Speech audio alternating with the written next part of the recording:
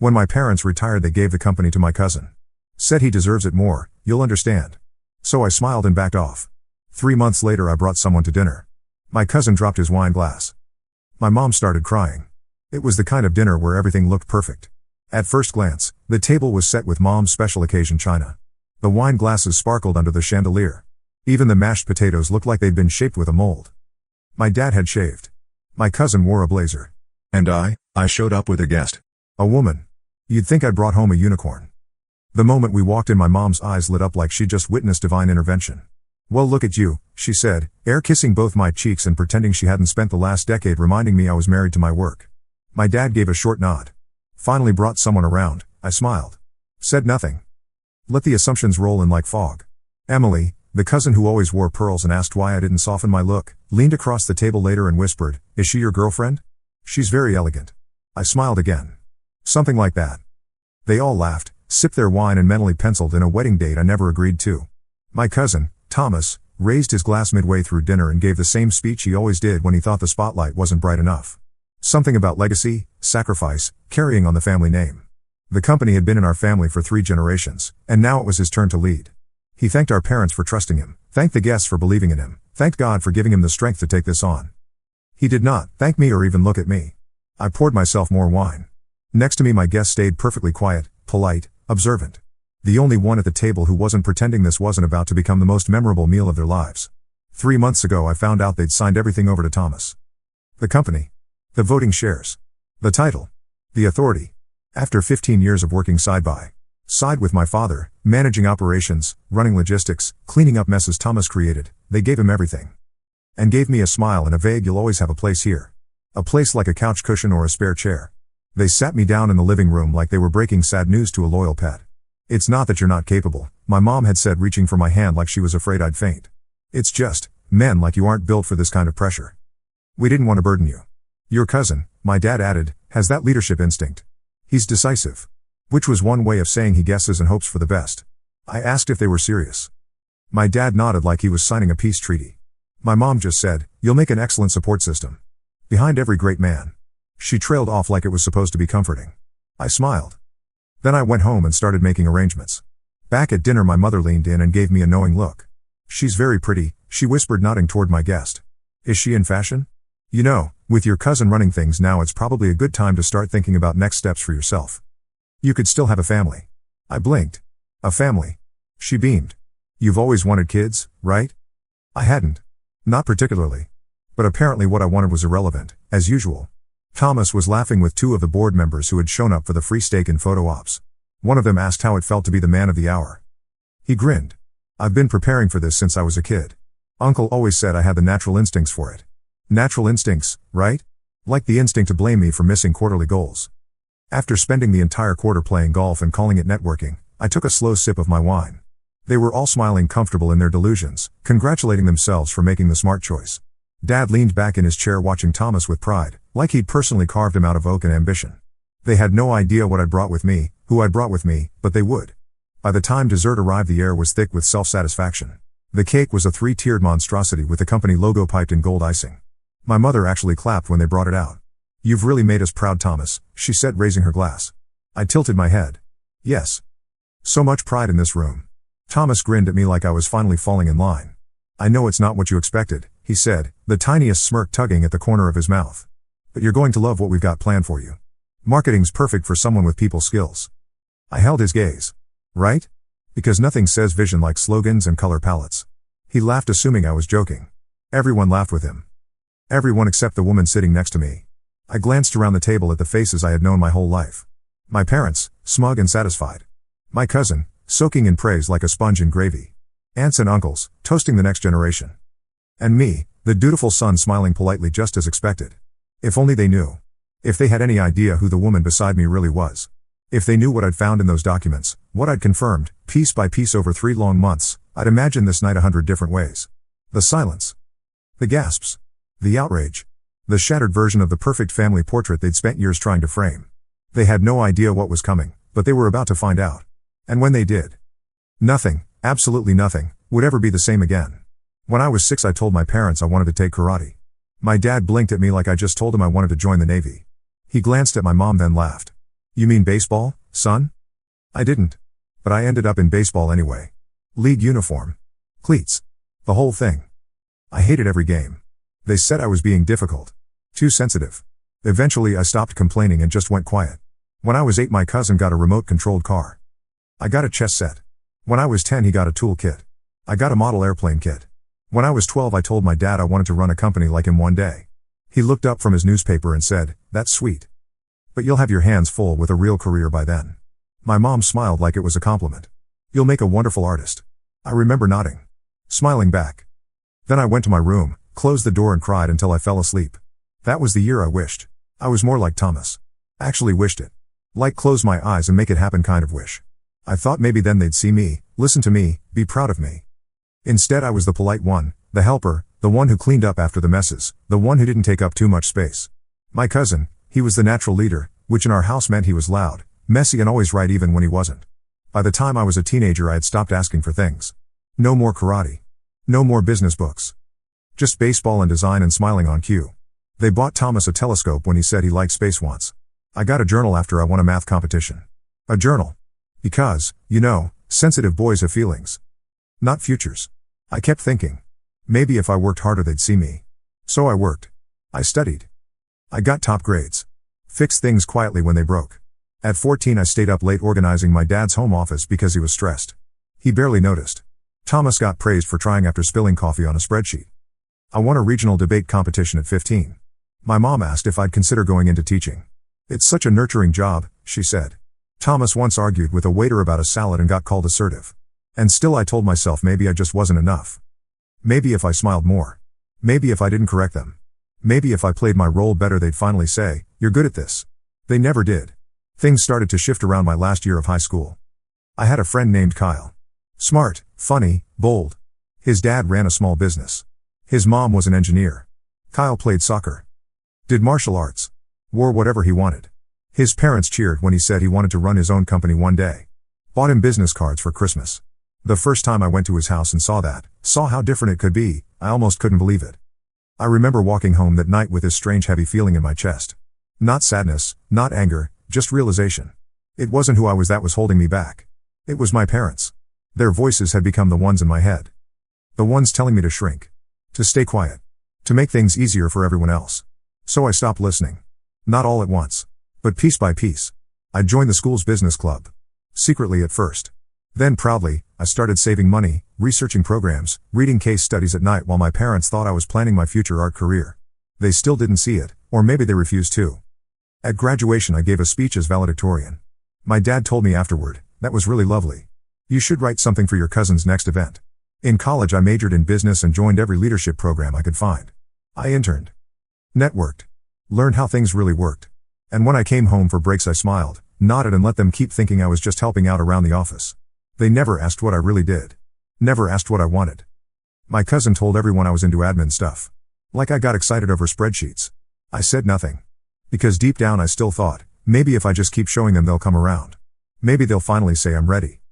Maybe they'll finally see me. Then came the day they called a family meeting. We were all seated in the living room. Cookies on the table. Champagne chilling. The mood was weirdly formal. That's when they told us they were retiring. That the company was ready to be passed down. Thomas. Just him. Not a partnership. Not shared leadership. Not even a courtesy mention of me to him. My father said it like it was the most obvious choice in the world. He's the natural fit. My mom nodded. "You've always been so good at helping. You'll still be a part of things, sweetheart." They offered me a bonus check and said I'd always have a place. A place. Like a stool in the break room. I didn't cry this time. I didn't argue. I smiled. Said, "Thank you." Walked out of that room like I hadn't just been erased again. But something in me, something quiet and deep, shifted. I didn't feel invisible anymore. I felt done. A few days later while sorting through some handover files I found something strange. A folder that didn't belong there. A document that didn't add up. At first I thought it was just another one of Thomas's mistakes. But the more I looked, the worse it got. I saw things I wasn't meant to see. Things no one had told me. Things that, if true, could change everything. I didn't scream. I didn't storm into anyone's office. I took a picture. Then I made some calls. Let them think I walked away. Let them believe I accepted it. Because soon they'd realize something they never saw coming. The son they pushed aside? He was done waiting to be picked. My cousin was halfway through yet another story about how he rescued the brand's reputation. After messing up a client deal when Mark opened her briefcase and pulled out a slim folder quietly. No drama. Just slid it onto the table like it was a menu. I didn't look at it. I didn't have to. My parents were still sipping wine, basking in the glow of their perfect evening. The celebration of legacy, as they called it. Legacy apparently meant handing the family business over to the least responsible person in the room. My mother raised her glass. To Thomas, she said. And to strong leadership. I tapped my glass against hers and smiled. Strong is definitely one word for it. Mark spoke calmly as if she was just clearing her throat. Before dessert, I'd like to share something. Everyone turned. Thomas squinted. Wait, who are you again? Mark offered her hand. Mark Delaney. Forensic accountant. That silenced the entire table. My dad blinked. You're a what? Mark stayed polite. I was hired to conduct an internal investigation on financial irregularities within the company. The table went still. Thomas let out a laugh, tight forced. This is a joke, right? I finally spoke. Nope. No punchline. Unless you count your accounting. Mark opened the folder. Passed 2 copies forward. One to my dad.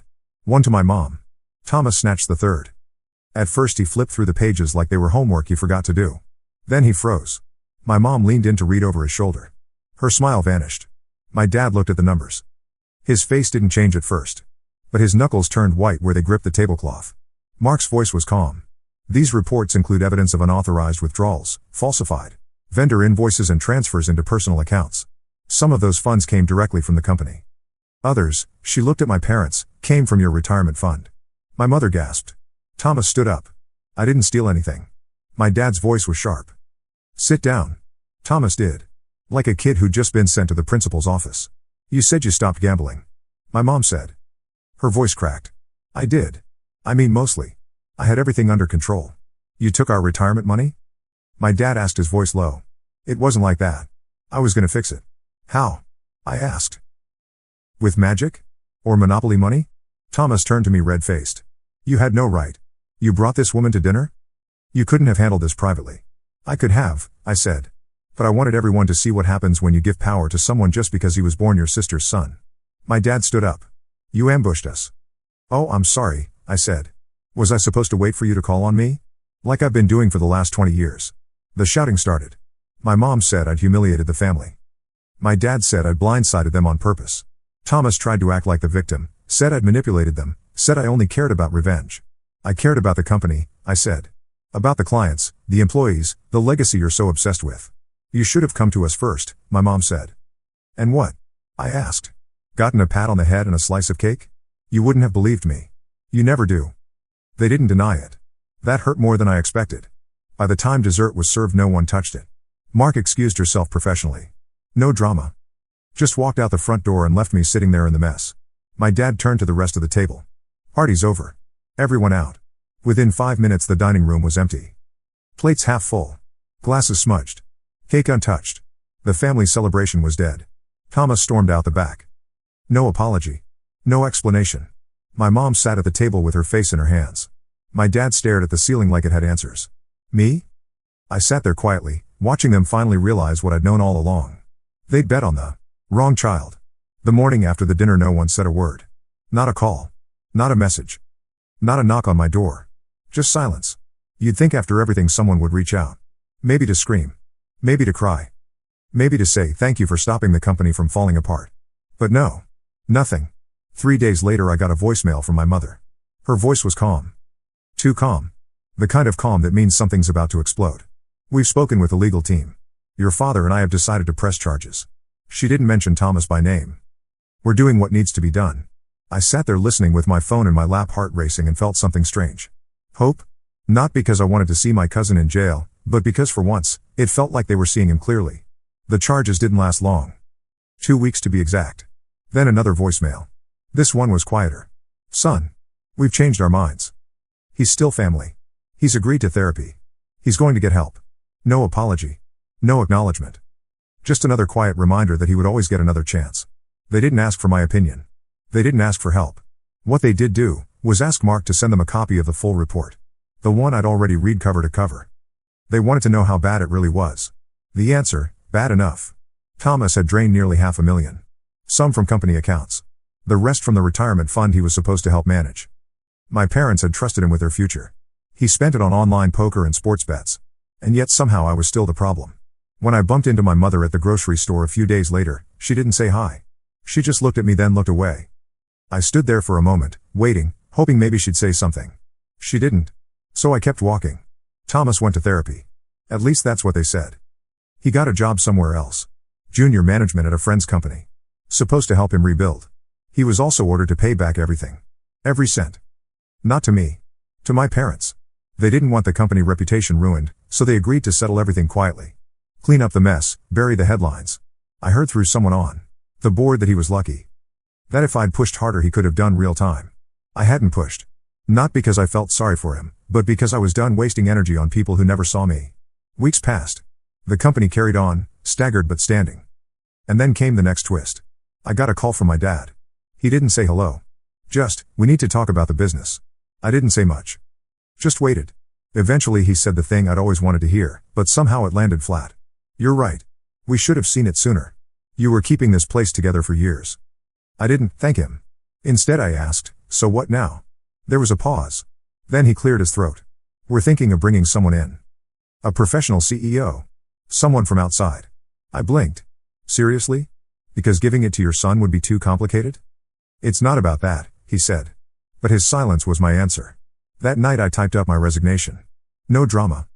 No explanation. Just a short email. After 15 years I was done. I thought it would hurt more. It didn't. In fact it felt like exhaling after holding my breath for years. I didn't cry. I didn't second guess. I just closed the laptop and poured myself a glass of wine. 2 months later I started a new job. High-level strategy. Better salary. Better hours. No glass ceiling hanging over my head like a chandelier waiting to drop. During the interview the CEO asked why I'd left the family business.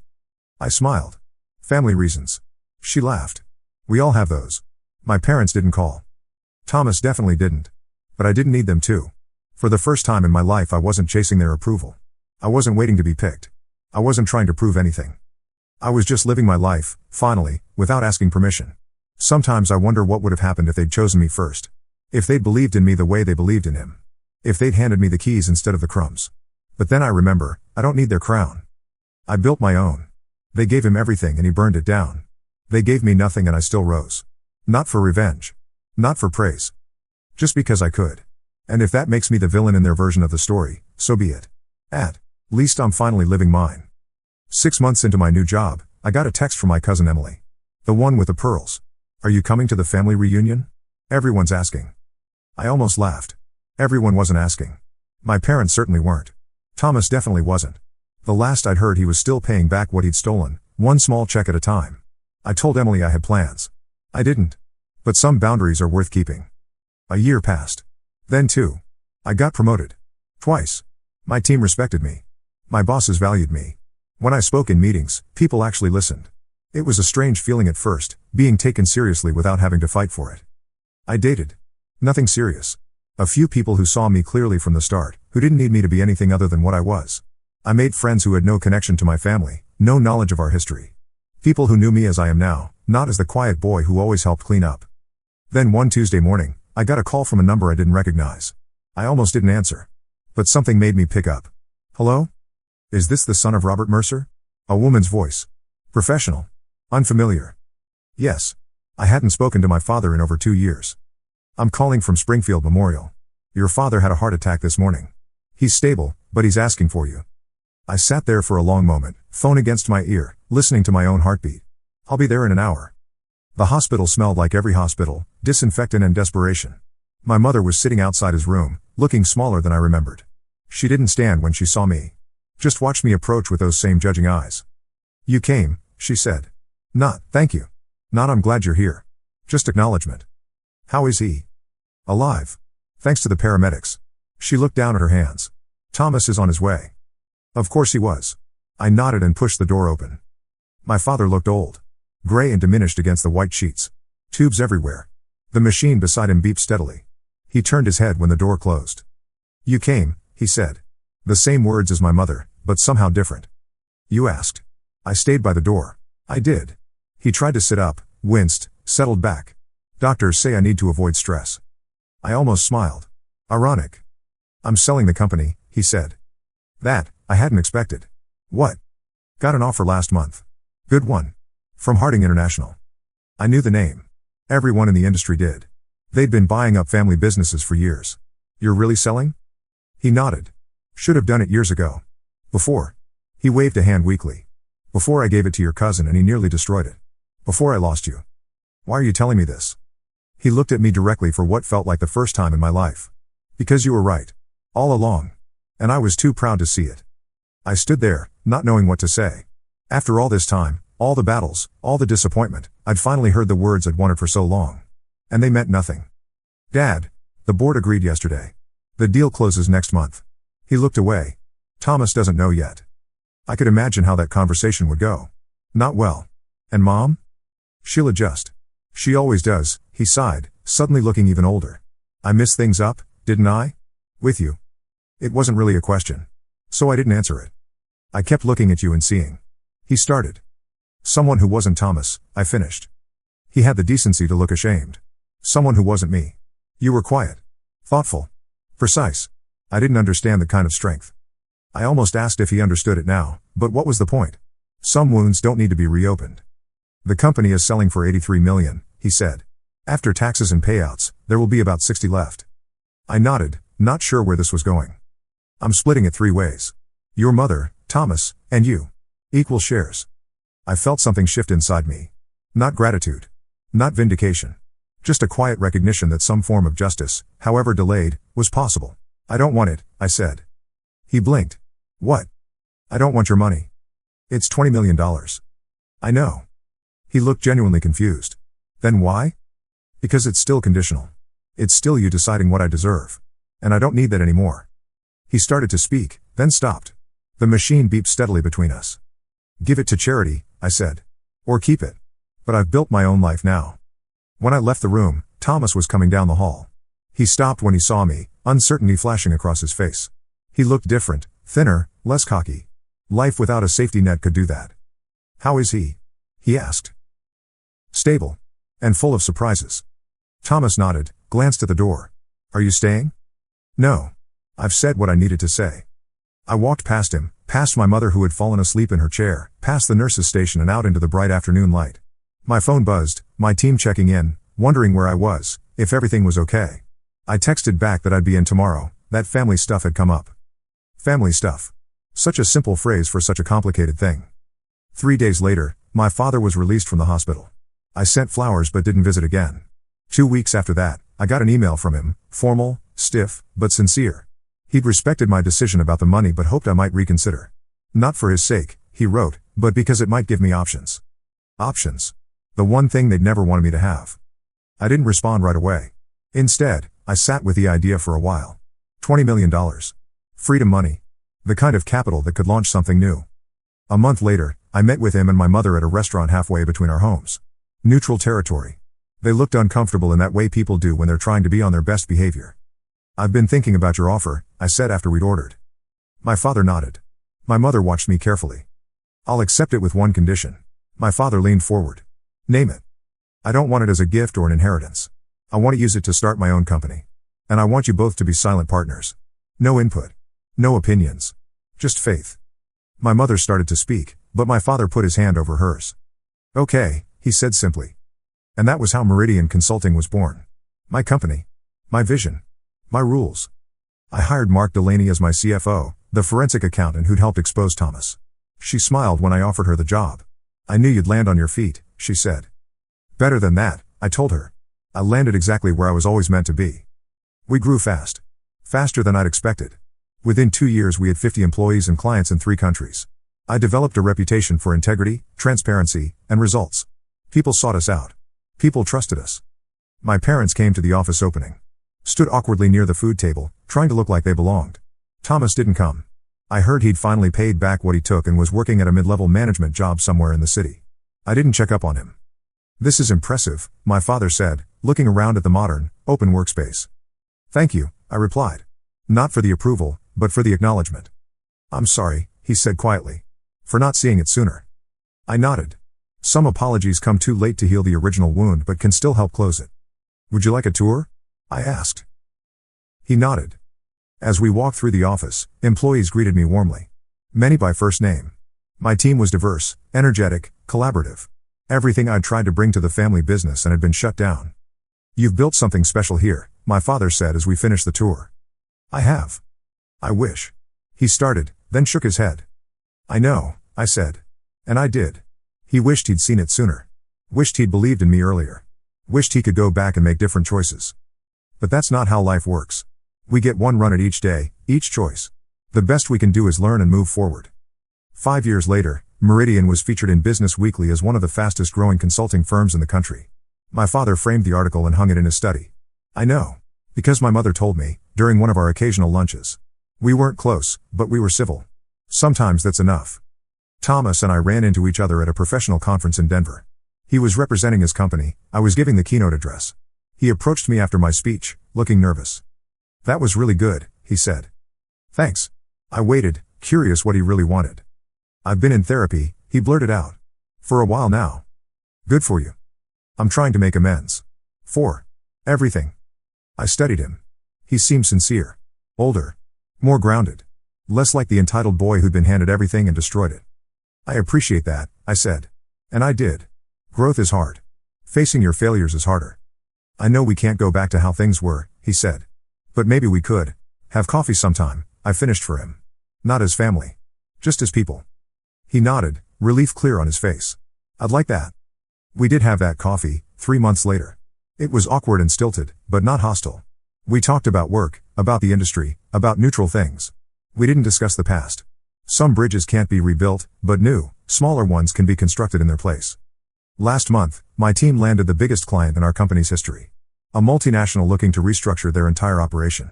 The contract was worth more than the company my father had sold. The company Thomas had nearly bankrupted. The company I'd been told I wasn't built to lead. I didn't call my parents to share the news. Didn't need their validation anymore. But I did allow myself a moment of quiet satisfaction. Not because I'd proven them wrong, though I had, but because I'd proven myself right. Some people spend their whole lives seeking approval from those who will never give it. Others waste years trying to become what someone else wants them to be. I'd done both. But not anymore. Now I just build. Create. Lead. On my own terms. And if you've ever been the overlooked one, the underestimated one, the one they never believed in, maybe that's your real advantage. Because when no one expects you to fly, they never think to clip your wings. Subscribe for more stories like this. And if you've ever been the overlooked one, tell me how you turned it around.